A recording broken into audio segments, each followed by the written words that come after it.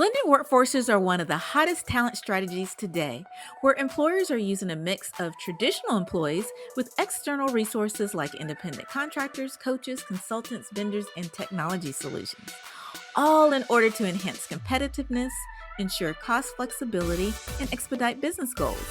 But how are the successful companies infusing blended workforces into their business strategy? And what are the critical success factors and pitfalls to avoid during implementation? And on the flip side, what does it really take for suppliers to improve their chances of finding and landing contract opportunities? The devil is in the details, my friends.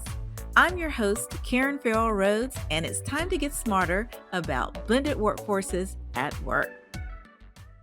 Hello, my superstars. This is Karen, and welcome to another episode of the Blended Workforces at Work podcast. We have an absolutely tremendous guest on today's show. We're thrilled to the moon and back to feature Ms. Laura Azzarella. And Laura is the co-founder of Applied Potential Solutions. And Applied Potential Solutions is a tech-forward HR consultancy that really helps businesses lead, hire, and grow their teams. Now, Laura and her team, offer a variety of solutions, of which I'll let her expound on shortly. But her firm is a prime example of external talent component of blended workforces, and how they help support clients in their talent needs to help get work done within their organizations. So welcome to the show, Laura. I'm so excited to be here, Karen. Thank you for having me. We're just absolutely thrilled to have you as well. I can't wait to talk more about Applied Potential Solutions. Yours and our firm are similar in some veins, but different in others. So I can't wait to compare notes. But before we go deeply in that, we always love to learn just a tad more about our guests. So for just as much as you feel comfortable, would you mind sharing a sneak peek into your life outside of work?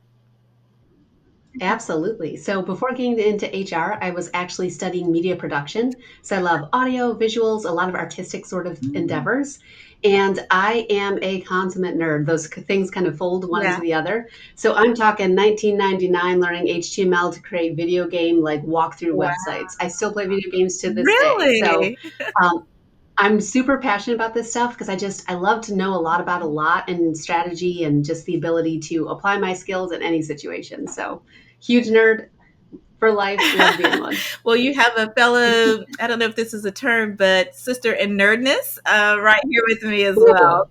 So, especially, I won't say I'm a technology pro, but I'm a power user of technology.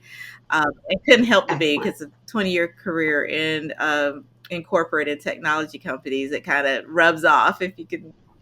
Yes, ma'am. Well, fantastic. Thanks so much for sharing that tidbit. So now let's turn to you and your story a little bit. And I'd love to start with you just sharing maybe a few highlights of the milestones of your career, and then what led you to co-found Applied Potential Solutions.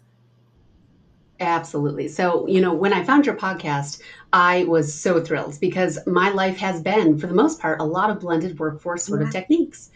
So I've got a lot of lessons learned from those experiences. Awesome. So being in human resources, I started in a tech startup here in my city of Buffalo, New York.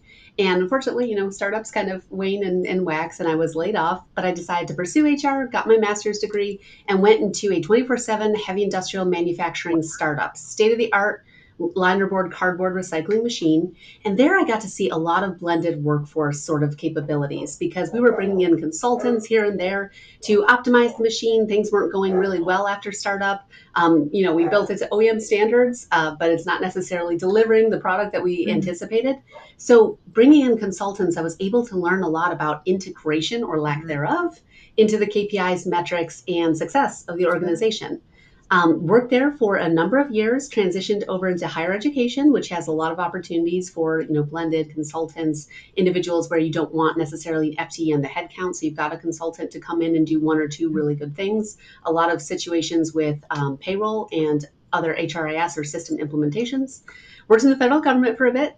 And through all of that experience, I really wanted to found an organization that gets it, that sees, you know what, not just another consultant, not just selling my bag of tricks, and then I'm going to leave at the end of the day and not really know whether or not you've been successful.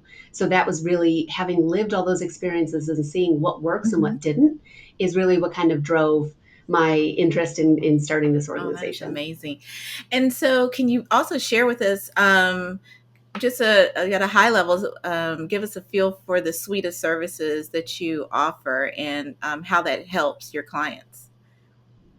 Sure. So being more tech forward, I think it's a little taboo right now. AI, right? Being able to automate processes and show individuals. So I find a little bit of a sweet spot in working with a department of one and helping an HR peer optimize their processes by showing just how much AI, even the free version, can help them automate some of that, drudgery that they're kind of experiencing to be more strategic. I don't see AI as replacing the strategy and the humanness. I see it as just replacing all that administrative work, and there's a way to Exactly. do it. I also, just work with organizations to establish best practices, especially from a technology perspective. So, implementing HR information systems, I've done that several times, payroll and benefit systems, time and attendance and timekeeping systems. So, really just being able to say, I've lived through these experiences. This is how, after assessing your organization, this is how I think you're going to be successful. All the way even to just establishing best practices for talent acquisition, being able to build a couple behavioral based interview questions based on the job description. We don't hire off vibes. We have to have a little bit more Right, meat right. there to make sure the candidate is successful. And then here's the onboarding launch ramp to make sure that they're actually successful. So it's a little bit of, again, being a huge nerd. I cannot help myself. I will not turn down a case. I really want to be able to provide value, and I have that full service of HR expertise. But where I find my sweet spot is leveraging technology to make I processes love better. that. And, of course, this is one of my passions as well. And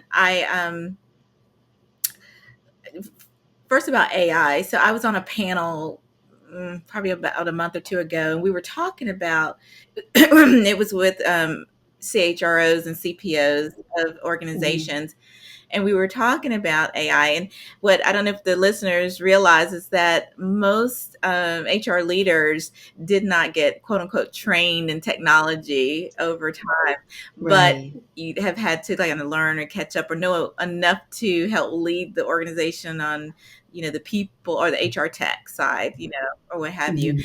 And but I agree with you so much that thinking and working holistically with companies like you do in your way in looking at their business strategies and then help connect that to their people and talent strategies is so important. And to your Mhm. point, a lot of HR teams and leaders need assistance with that because they haven't historically had to do that. They're having, as I said, catch Yeah. up now, but that not they haven't had to do it as much. And one of my passions is also around advising companies' board of directors around their HR governance and oversight. And part of that is them giving the support to heads of HR for the exact things Mhm. that your company helps them with. Yeah, there's Absolutely. not just a reporting of, KPIs just for board decks or looking at dashboards. It's the actual implementation of a lot of that. Yeah. And you're right, a lot of people needed help.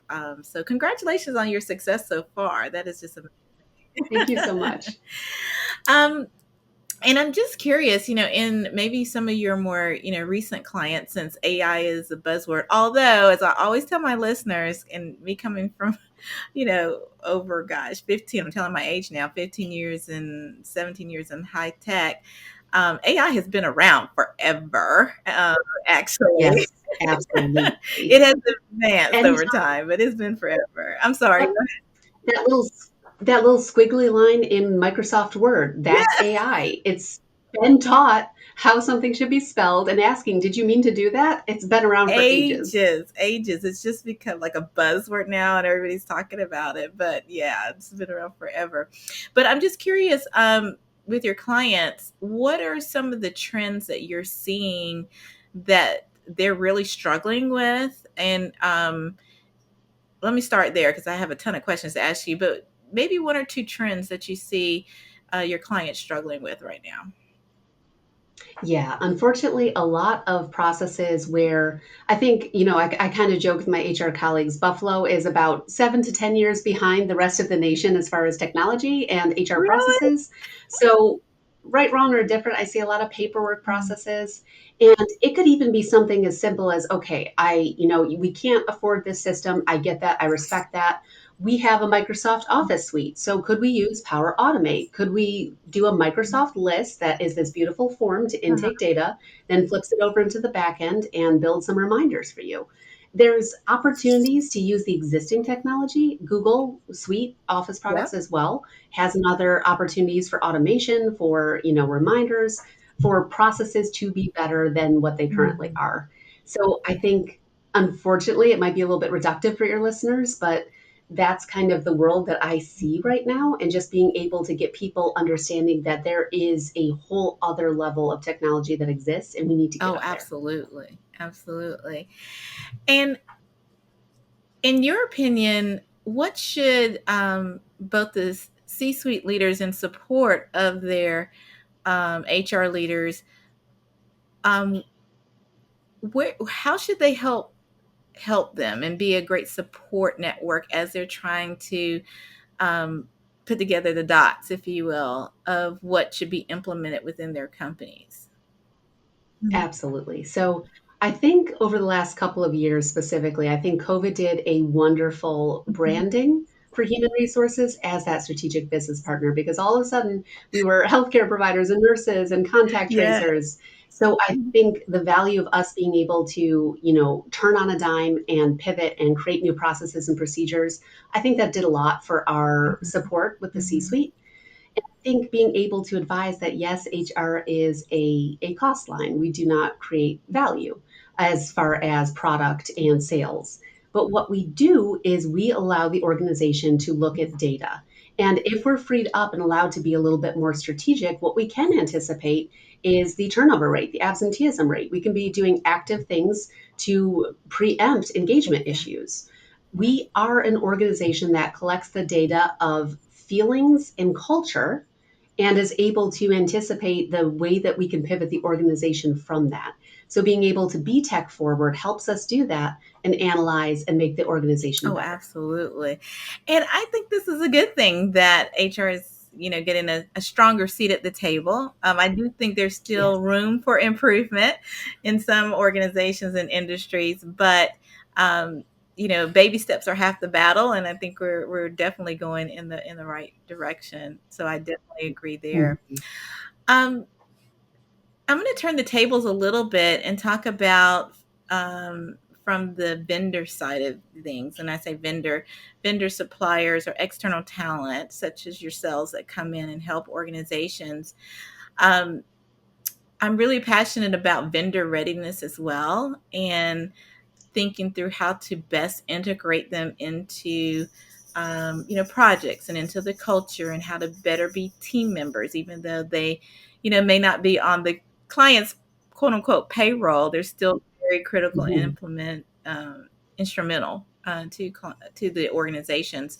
So in your opinion, what are maybe one or two things external talent can do to be proactive in helping to more seamlessly integrate and collaborate with members of organizations? I love this question because I see it in my life and I've seen it work well and not Yeah. so well on the flip side when I'm integrating a vendor into an Mhm. organization. So I think the biggest fumble that an organization bringing on that external talent might make is okay, we're bringing them in because they're a subject matter expert. They know how to do X, Y, and Z. That's why they're Mhm. here. We're paying a premium for that. And therefore, I just give them their ID badge and I say, good luck. Let me know when it's solved. And I think that that is a worst case scenario because, yes, let's take Human Resource Information System, Mhm. ADP, right? If I am optimizing your ADP processes, turning on the onboarding module, making the benefits and open enrollment Mhm. automated, that's great. But I don't know, and I love this term, I love using it. the lore of the Mm, organization. I don't have all of the context. I don't have all of the necessary information around what worked before, what didn't, what have we tried, how does this system operate in particular, how do your benefits mhm. operate. All of that finite detail, I can figure it out, but it might take me a little bit of time, and the vendor might be frustrated if there's not that open communication about, okay, going into this project, I know intellectually what I'm going to need to be able to understand for the context. So I think what I see a little bit in vendors sometimes is overselling, like, we are turnkey, don't even worry about us. Show us where the parking lot and the We got building it is, from and we've there, got all the right? rest. No, no one can. How on earth could you be able to be immediately impactful like that, even being a subject matter expert? There's got to be, you've got to ask the right questions and understand what you don't know. And the organization has to do the same as well and have that proper intake and I onboarding. totally agree with that. And I always try to emphasize how important the discovery session is up front when you are going into a project or engagement. You got to know what you're working with before you start breaking things or Exactly. trying to create, beautiful implementation plans or what have you. And I've had my share of of helping to, consult on tech implementations for HR. And where I see a big gap is the the technology firms, and they're trying to do their best, but they're therefore, they something has been sold and they're, trying to Mhm. custom fit it into the organization, but all the work processes really haven't been evaluated as in depth as they should have. And once the implementers or the consultants leave, the client is left hanging because they find out so many things aren't running smoothly because, to your point, the right questions hadn't been asked, the right Yeah. integrations, weren't, there wasn't enough effort put on them, and the interdependencies were so critical, and a lot of them weren't flushed out during the implementation phase. I'm curious to see if you see that as well. And if not, that's fine. But if you do see that, what do you suggest could be done to kind of help bridge that gap a little bit better? Yeah, I think having that open and honest conversation right out of the gate. I think maybe having an intake form that the vendor is doing, because sure, there's Hmm. discovery, but then what is honestly an Yeah. onboarding plan? What does the first week, 2 weeks, 3 weeks? Is there a cadence of, if we're in a technology section, are there opportunities to meet to go over the agile workflows to understand how this project has come to the fruition thus far? Past projects that have been launched if you're starting from scratch. There's got to be, before the value can be immediately created, there's got to be that onboarding period where they're understanding the context of the organization. I was very fortunate once to work with Boston Consulting Group as the Mm-hmm. vendor. And I mean, they are world class global leaders for a reason. That onboarding period was honestly 6 to 8 weeks for them before we even launched the Yeah, project. And that might make somebody that really wants to have a band aid or solution or an immediate solution cringe, but their solution was successful and has been implemented successfully and is sustained to this yeah, day. So I think that, it's not off to the races the second that you bring on that external yeah. vendor. You really have to give some to get that relationship That's ready. right. And I can vouch, listeners, for what Laura's saying. Just signed a contract last week, our firm, with a similar type of implementation. And we have negotiated like 8 weeks of discovery because it is Mhm. a global implementation, and we needed that time to really set it up for success, working with the client to do so. So, if we can do anything, Laura and I, to help set the foundation for expectations, I'm all in for it. Aren't you, Laura? Yeah. Yeah. And I think the starting point is, don't break the glass for the emergency alarm. Don't bring that vendor on when you're desperate and in That's right. crisis, because that's the wrong time. Absolutely. Um, Laura, one of the things that, I always try to do, and I'm sure you probably do too, is to try to let your clients or tell your clients not to be afraid of technology Mhm. or AI. And I'm in the same vein as you, I don't believe AI is going to, totally take over everything, but I do believe individuals need to be AI astute, need those Mm, skills to help you assess and decide upon how to best leverage it for how roles and jobs are going to be evolving over the next years. I'm curious your thoughts on that. And it's okay if you don't agree, you can throw tomatoes at me, but I'm just curious your thought on the evolution of roles, jobs, tasks, and AI. Mhm. absolutely. And I want to preface this because I feel like as an elder millennial, I have seen this film before, Karen. Yes. I was playing Game Boy on my couch, being like, "Is this the end of the world? Is Y2K Right. going to actually happen, or am I Yes. good? Can I have cereal tomorrow morning?" And then it was, Google Maps, MapQuest at the time. Google's going to replace knowing Yes. things. And when I was in college, we were moving over from the physical library system to be able to look up research papers in a Yeah. computer. And so often, as an art individual, right, in media production, I took illustrative courses and I've drawn in Adobe Illustrator. And my art teacher would give me grief and say, you know what, that's not traditional. That's just pressing a button and making a drawing. And I think in all these iterations of technology, what I feel is the sense of anxiety of change Yes. management. Because humans are always, we have some of the same anxiety triggers in any situation. And so it's how do I adapt? And is what I've done for nothing? Will I be replaced? And I think the answer is a resounding absolutely not. It is just, the individual with a horse farm, right, and carriages getting people to and from where they needed Right. to be in the big cities probably hated the Yes. Model T. But here we are. We have to progress and adapt. That's humanity. So I don't think that it's going to replace people. I think it's going to replace a lot of aspects of the job and I shift do too. jobs. And I don't think, there's organizations that have let go of entire customer service departments and brought them Yes. back because AI. Apple did this incredible study recently. I highly recommend your listeners go see it. AI can only think That's so right. far. It is just like that Google or the Microsoft Word doc with the squiggle. AI is taught to predict. It's a statistics machine. It's not a human Yeah. brain, and it can only go so far. So I think there's going to be a lot of drudgery that gets automated to AI, and humans then will have to learn how to make the AI do the drudgery because it can't think for itself. It never will. Exactly. I don't think, I mean, maybe I don't think it'll be in my lifetime. Maybe it will, constantly evolve as it has over the last 20 years. But I agree. It is a change management issue. And, humans, about human behavior. Humans just don't deal with change very well. We sure don't. You have your early adopters, but more than not, there are a lot of people that are, pulling up the end of the line on embracing. And I think that is going Yeah. to be a main challenge for executive leaders as the Mhm. industries and businesses evolve, from my perspective. Yeah.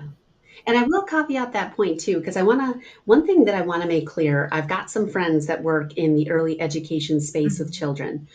I think AI can help you be creative and do drudgery, but you've got to have the Yeah. base knowledge. So the reason that I'm able to be, practically a wizard in AI is because I understand all the laws, all the procedures, all the Yeah. technology. So I can get it to do what I want it to Yes. do. But, as people learn, I think they've got to have that base understanding because I can't trust my AI to tell me what the Federal Family Medical Leave Act is going to do because sometimes it says it's paid leave and Right. it's not. It gets it Hmm. wrong. And I will say I worry about kids being able to use it to write papers and stuff like that because I think you need that base knowledge before you can really use it for its actual You intent. absolutely should. And just a public service announcement, as you all start learning or continuously learn AI, really focus on the source, asking AI the source of where they're Mm, getting their information and asking it in very detailed ways where it goes more than just the periphery, it goes in depth and have them yes. analyze their source because a lot of it I've done it and I've gone 2 and 3 levels deep and it comes back and says I can't verify it or I made it up or something. So Yep. to Yep. your point, be Yeah. very, very careful on how you use it, especially if you're trying to use it like in a court of law or something like that. Oh my gosh. Yeah. Yeah. Anything PII related, legal related, Yeah, that is not not the right use. now. Use it to automate your processes, use your brain for the other stuff. Exactly, exactly. Well, if there was one piece of advice or information that you would love to make sure that the listeners walk out here with and remember, what would that one thing be? I think I would want people to not be afraid of technology. And I know that gets thrown around a lot, but what's the meat and potatoes of that phrase? I think give it a try. Actually test it. Try to break it. Try to see what it does, how it thinks. Try to truly understand it. And then the application of what it could do for your Mhm. organization. Don't be afraid to press the button to see what happens. Sometimes that's the best way to learn, unfortunately, because then you have to fix it. And that's what any mechanic will You're tell right. you, right? Technology is just like that. And the more we learn and adapt with it, the better it's going to make our lives and That workplaces. that's a drop the mic moment right there, Laura. It is. If I could emphasize one phrase of that you said, don't I think it was don't be afraid to break it. Breaking it is a good Yes. thing. The breaking it is giving you more insight and information to pivot and do and use it better. Um, it Yes. doesn't mean that it's once you break it once, don't ever use it again. It's using that to gain insight to make even better requests of it. Is that fair? 100%. 100%. Yes. Wonderful. I wanted to also give you kudos because we didn't really talk about it too much, but I understand you're president elect of the Sharon I chapter in am. Buffalo. Oh, Yes. that's Yes, I am. amazing. I was on the board of Sherm Atlanta for numerous Amazing. years, Yeah. one of the large city chapters, and I know the work that goes into all that. So I wanted to at least give it a shout out on the podcast. Thank you so much. I'm so lucky. If anybody wants to check out an amazing servant leader, Colin Gale, GEHL, is the current president, and he tapped me for this role. But gosh, we have some powerhouses up here in Buffalo. So fantastic gentleman to go follow for those Oh, that are that is listening. amazing. Well, definitely do that, you all. I always advocate any recommendations that our guests give. Go directly to LinkedIn, try to connect or follow them, and see what great insights that they share every now and then. Well, Laura, I literally blinked and time is running Oh my close. gosh. But we cannot let you sneak out of here without answering our signature question that we ask all of our guests.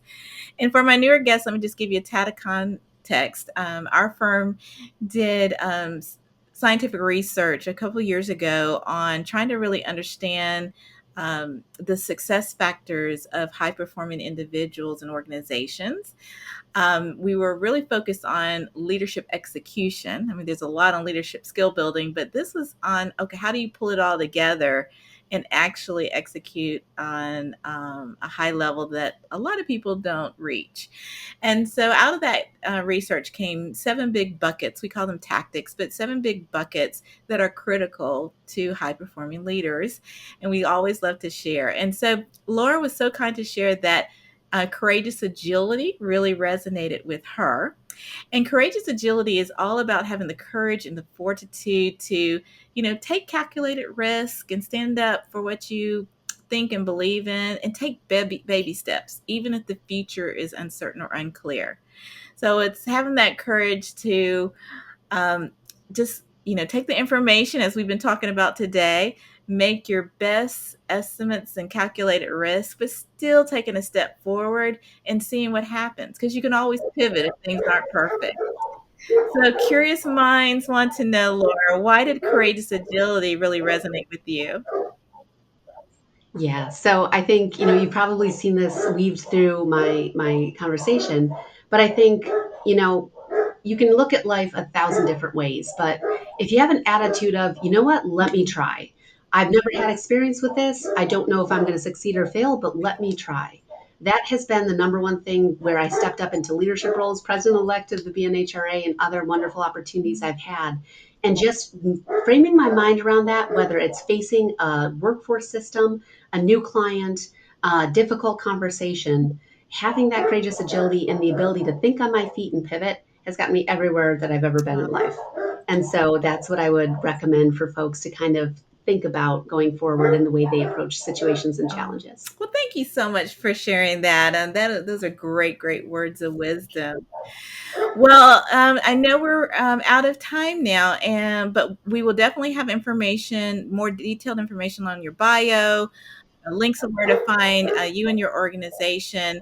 But I always love to give guests just a bit of airtime to share as well. So if people want to learn more about you and your company, where can they find you all? Sure. They can reach out to me on appliedpotentialsolutions.com, or you can find me on LinkedIn. I'm a LinkedIn lunatic. I love posting content about the HR space and technology and AI. So you can definitely find me there as well. Fantastic. Well, thank you so much, Laura, for the gift of your time. We absolutely loved having you on the podcast today. My pleasure, Karen. Thank you so much. And thank you too, listeners, for the gift of your time as well. We know literally there are millions of other podcasts you could be listening to, and we do not take your patronage lightly at all. All that we ask is that you like and subscribe to the podcast and your favorite podcast platform of choice. And be sure to share our podcast with just one friend, because by doing so, help us all get smarter about blended workforces at work. Thanks a ton, and we will see you next week. Well, that's our show for today. Thank you again for listening to the Blended Workforces at Work podcast. You can check out the show notes, additional episodes, bonus resources, and also submit guest recommendations on our website at blendedworkforcesatwork.com. You can also follow me on Twitter, LinkedIn, Instagram, or YouTube by searching for the name Karen Rhodes, with Karen being spelled Karan. And if you like the show, the greatest gift you can give would be to subscribe and leave a rating on your favorite podcast platform of choice. This podcast has been a production of Shockingly Different Leadership, a global consultancy which helps organizations execute their people, talent development, and organizational effectiveness initiatives on an on-demand, contract, fractional, or project basis. Huge thanks to the SDL production and editing team for a job well done. Bye for now.